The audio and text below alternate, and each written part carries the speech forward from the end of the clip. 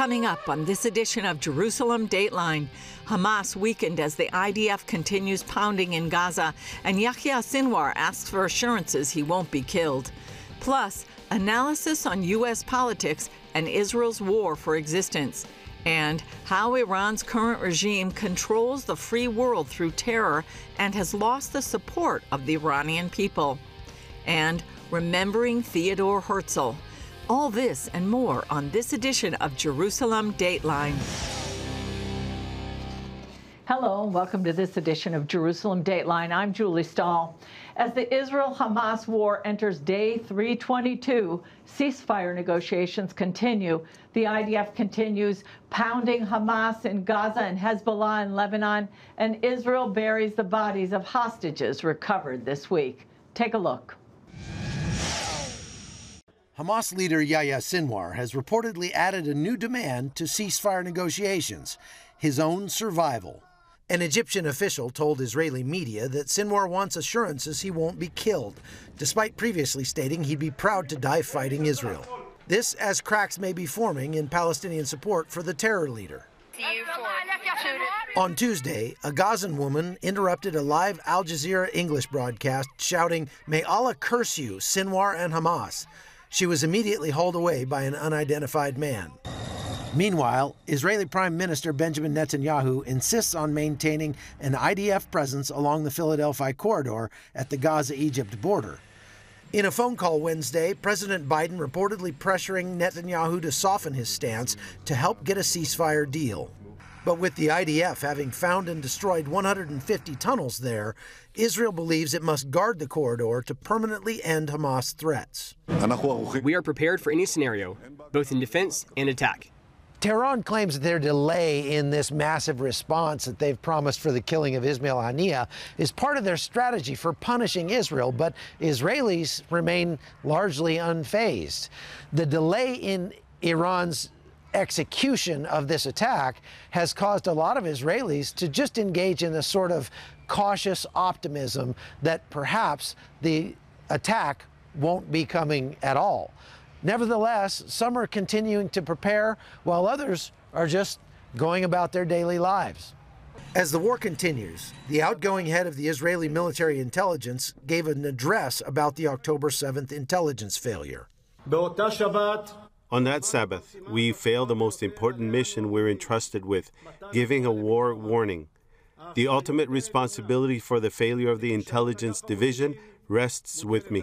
As Israel deals with the aftermath of the October 7 attacks and still faces threats on all sides, the United Nations takes little notice. Israeli Ambassador Gilad Erdan criticized a new UN exhibit that highlights global victims of terror, but omits any mention of Israeli Jews or the October 7th attack. There's not a single mention of any attack carried out by Palestinians against Israelis. We are about to mark 1 year since the massacre and the largest terrorist attack against Jews and Israelis since the Holocaust. Yet the UN does not think it needs to be displayed on its walls. Chuck Holton, CBN News, Jerusalem. Israeli media report Hamas has decided to target Israelis abroad in its bid to avenge the killing of its top leader, Ismail Haniyeh, in Iran. That's because it apparently has little ability left to strike Israel directly from Gaza after the pounding it's taken over the last 10 months from the IDF. In the past, Hamas has largely failed at its attempts at such terror attacks overseas since its founding in 1987. In Israel, mourners are burying the bodies of 6 hostages recovered this week in Gaza. Yoram Metzger from Kibbutz Nir Oz, one of the hardest-hit communities, and Yagev Bukhshtav from Kibbutz Nirim were laid to rest in their communities, which are still evacuated. Forensic experts say evidence shows all 6 were shot, and initial findings suggest their captors in Gaza murdered them, but the findings are just preliminary. We have no idea what you went through there. You do not deserve to end your life this way. In what world is a mother supposed to think that the nightmare will end when her son is returned for burial? In what world does a mother have to thank for the return of her son who was abandoned and murdered? Israel is keeping up its attacks on both Hamas and Hezbollah as it fights to defeat the terror groups backed by Iran. Israel launched extensive strikes against Hezbollah at different locations in southern Lebanon this week. In Gaza, the IDF says its troops killed some 50 terrorists in just one day in Rafah this week. It also lost a 19-year-old sergeant, the 336th Israeli soldier to die in the Gaza war. Israeli ambassador to the UN, Danny Danon, says all the bloodshed can end as soon as Hamas is defeated or surrenders. The future for Gaza will begin when Hamas will be eradicated. It's on the way. It's happening. Once Hamas will be eradicated, we can start to speak about reconstruction and building a future for the people of Gaza. Julie Stahl, CBN News, Jerusalem. I'm joined now by Middle East analyst John Waage. Welcome, John. Thank you. Yeah, you know, we've had plenty here to cover with Israel and the war, but you've also been watching the Democratic Convention in Chicago. So what's caught your attention? Well, off the bat, the first thing that caught my attention, obviously, was the beginning of the convention when you had a threat of 100,000 protesters in the street. It didn't ever approach that number, but there were still a lot of pro-Hamas, anti-Israel protesters outside the convention center, and inside there was a different message coming out from the leadership of the party. And so you have this split. And it was reflected the first night in Joe Biden's speech on Monday to the convention when he went off script and said, these demonstrators outside, they have a point.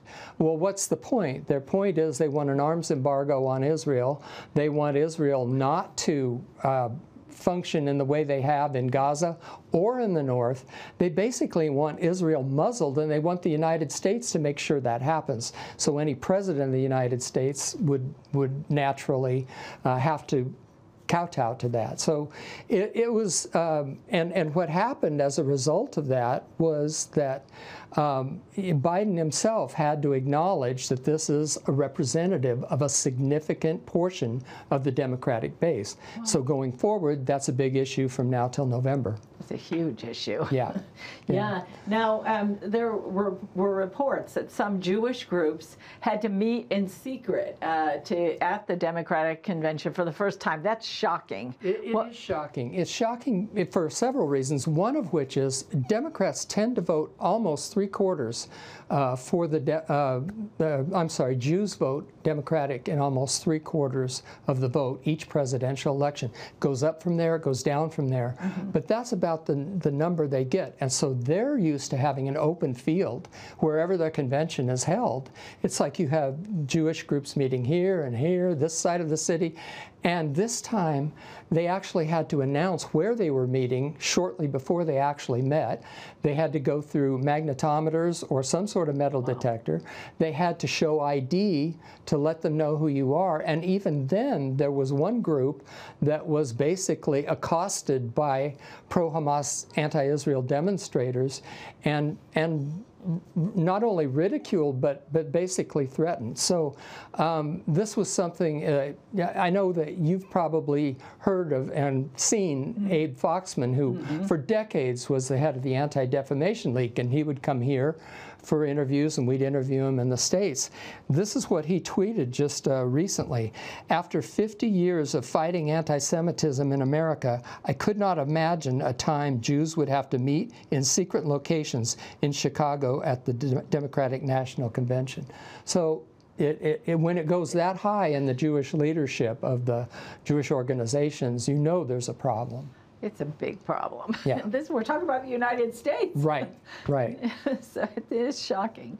Now, what are the Israel concerns among Jews and Christians about Kamala Harris taking over for Biden at the top of the ticket? Well, for one thing, what's she been in? She's been the Democratic nominee for a month. Is that what it is? And so you have Joe Biden, who may have diverted here and there on different issues, but even, you know, Prime Minister Netanyahu would give him a hug, say, you know, my friend Joe of 40 years and all that. Kamala's an unknown quality. You don't know where she's going to come from. She certainly leans to the more progressive side of the Democratic Party base. And Biden already, with his team, has been putting extreme pressure on Israel. So the chances are that she's going to appeal to the leftward base to the greatest extent possible in order to get votes in states like Michigan and other key swing states. And so she may become more anti-Israel, not only in her rhetoric, but if she were to become president, in her policy. And that's what Jewish voters in America and Israelis have to take into consideration between now and Election Day. Absolutely. Now, Secretary of State Antony Blinken has been to the Middle East time after time. He gets a lot of press when he's here. Boy, does he. Pushing this ceasefire deal that seems to be like almost dead in the water. And why? You know, they believe in the administration that this is the only way that a wider war with Hezbollah and with Iran is going to be averted. And so it's amazed me how far they've gone with it. I mean, now you've got the situation where Sinwar himself is saying, I don't want to die, I want to live, and that's another condition. And it's already, you know, at a dead-end point, and yet they keep trying to revive it. And I think that it's just, they're going to continue to pursue that policy until somebody moves it off dead center. That could be from an actual attack by Iran, an attack by Hamas either within Israel or somewhere outside of Israel. But something's going to move it off dead center. Maybe a preemptive Israeli strike somewhere. We don't know. But they'll keep pushing this as long as they can. Yeah, we haven't really seen any fruit from it, have we? No, no. Well, John Waage, thank you so much for joining us. Thanks, Julie. The guest in our next report describes Iran's current regime as blackmailers, holding the free world hostage through terrorism. And according to him, the regime's hold on power is weakening. He spoke with Gary Lane on his news program, Global Lane. Avoiding a bigger war in the Middle East. The United States is warning Iran against escalating the conflict with Israel. Has U.S. Middle East policy led to this moment? And what approach is more likely to help cooler heads prevail? Well, joining us is Dr. Majid Sadegpour. He's Iranian-American human rights activist and political director of the Organization of Iranian-American Communities. Dr. Sadegpour, it's good to have you with us. Iran's blaming the United States. They call us the Great Satan, of course, for supporting Israel in its war with Hamas. Iran claims that Israel would never have taken that risk of assassinating Hamas leader Ismail Haniyeh if the U.S. hadn't provided the IDF with weapons. So what are your thoughts on that? Well, the regime in Iran has been at war with humanity since its inception. Let me get back to the very early part of the 1980s when the regime in Iran began persecution of the Iranian people and essentially waged war on the people of Iran that has continued to this day.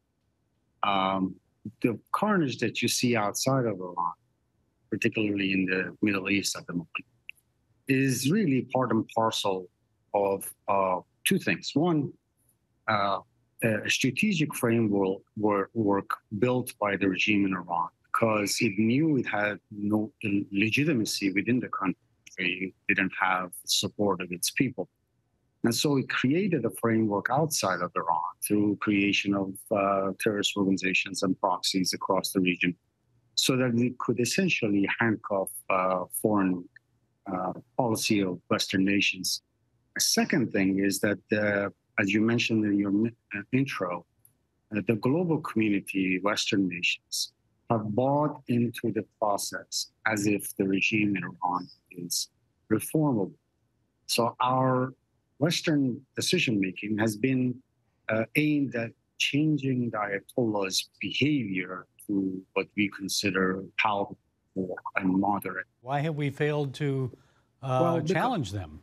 Excellent. Well, the first strategic framework the regime is built, meaning blackmailing the free world by terrorism, has worked. It has really created a significant amount of hesitation for the free world to confront Iran. And now with nuclear weapons, right? That is correct. But the fundamental reason is that we have not, as of right now, as the U.S. policy has not accepted the framework that the people of Iran don't want this regime. In other words, on the one, there is a contrast between what the international community thinks is happening inside Iran, whereas what the people of Iran are telling us is happening. In other words, the people of Iran have been dying at the highest per capita execution rate in the world. I just used last year's number, 2023. Iran executed north of 850 people, publicly, in other words, acknowledged executions. That is 74% of all global executions that were carried out. But Iran only has 1% of the global population. That speaks to a population that is trying to overthrow the regime, but it's got an enormous headwind. The headwind is the international community continuing to engage the regime. Yes, there is also a headwind of the regime killing and persecuting the Iranian people. But if we remove that, if we remove the first one, which is the international community finally making the decision to say goodbye to this regime diplomatically, to actually put pressure on the regime that matters, to hold its leaders accountable for rights violations and terrorism, truly hold them accountable. One of the most studied and enigmatic figures from modern Israeli history is Theodore Herzl. Here's a look at some aspects of the founding of the Jewish state. Theodore Herzl didn't start out as a Zionist, but he became one as he saw how Jews were marginalized in European culture. It fueled his drive to see Jewish people living in their own country. He aligned himself with important people who could move Zionism forward. What's interesting is who he didn't align himself with. Religious Jews or Christian Zionists. I spoke with author and early Zionism expert Philip Earl Steele about Herzl's significance and how he sidestepped religious groups that ironically ended up playing an important role in Zionism after his death. Take a look. Herzl is universally considered the father of Zionism, although there were many and important Zionists before him, going all the way back to the 1820s and 1830s. But Herzl outshone them all. He's fairly judged the father of Israel, the visionary of the state. He brought unprecedented attention to the cause and created sturdy structures that evolved into the modern Jewish state. So Zionism started out, it's really a religious or a biblical idea, a messianic idea, the return to Zion, but then it became secularized. So exactly what was Herzl's own attitude toward religion? Yeah, Herzl was a rather tangential Jew most of his life. I mean, his contacts were rather weak. He wasn't, attending temple or synagogue regularly with his parents as a boy. He went to a Protestant high school in Budapest, Hungary, where he spent the first 18 years of his life. Once his Zionist career began, though, once he gave up his hope, his faith in assimilationism, he remained aloof, even allergic to religious ideas. Herzl also betrayed an allergy to religious thinking in the sense that he never pursued what we call today faith-based diplomacy. He never conducted any outreach toward evangelical Christians. I think the biggest example of how allergic he was to religious thinking, messianic thinking, all the more so, was that in 1903 he proposed Uganda as, in fact, it's modern Kenya today, but he proposed the Uganda solution. That is that a modern Israel should be established there, not in Eretz Israel. So he had this blind spot. So how did Zionism kind of overcome this and go forward to move on and become the success of the founding of the State of Israel? When we look at the trajectory of Zionist history, we see that Zionism made its most important leaps forward in partnership with evangelical Christians. And this was also the case after Herzl's death in 1904. What quickly happened following his death was that the Zionist movement began to evaporate, and apathy and otherwise tended to take over, and we're left looking at generals without armies on the eve of World War I. At that very point, however, several Zionist leaders, among them most importantly Nahum Sokolow and Chaim Weizmann, who later became president, and Rabbi Moses Gaster, a Romanian Jew who by this point was the Sephardic chief rabbi in Britain. These three men began to work closely with the British government of David Lloyd George. The foreign minister then was Balfour, Arthur Balfour, of the famous Balfour Declaration. Sure. And these men pursued the angle of Christian Zionism with men who were Christian Zionists in the British government. So this sort of cooperation, Christian, evangelical, this sort of cross-pollination, once again proved itself to be the key, and led all the way to statehood. Philip Steele, thank you so much for joining us on Jerusalem Dateline. Very, very interesting. Thank you so much. Great to be here, Julie. Thank you. That's all for this edition of Jerusalem Dateline. Thanks for joining us. Remember, you can follow us on social media and access CBN content through our CBN apps. And please continue to pray for the safety of IDF soldiers and all those caught in harm's way, and for the return of all the hostages. And remember, the God who watches over Israel, and you and me, neither slumbers nor sleeps. I'm Julie Stahl. We'll see you next time on Jerusalem Dateline.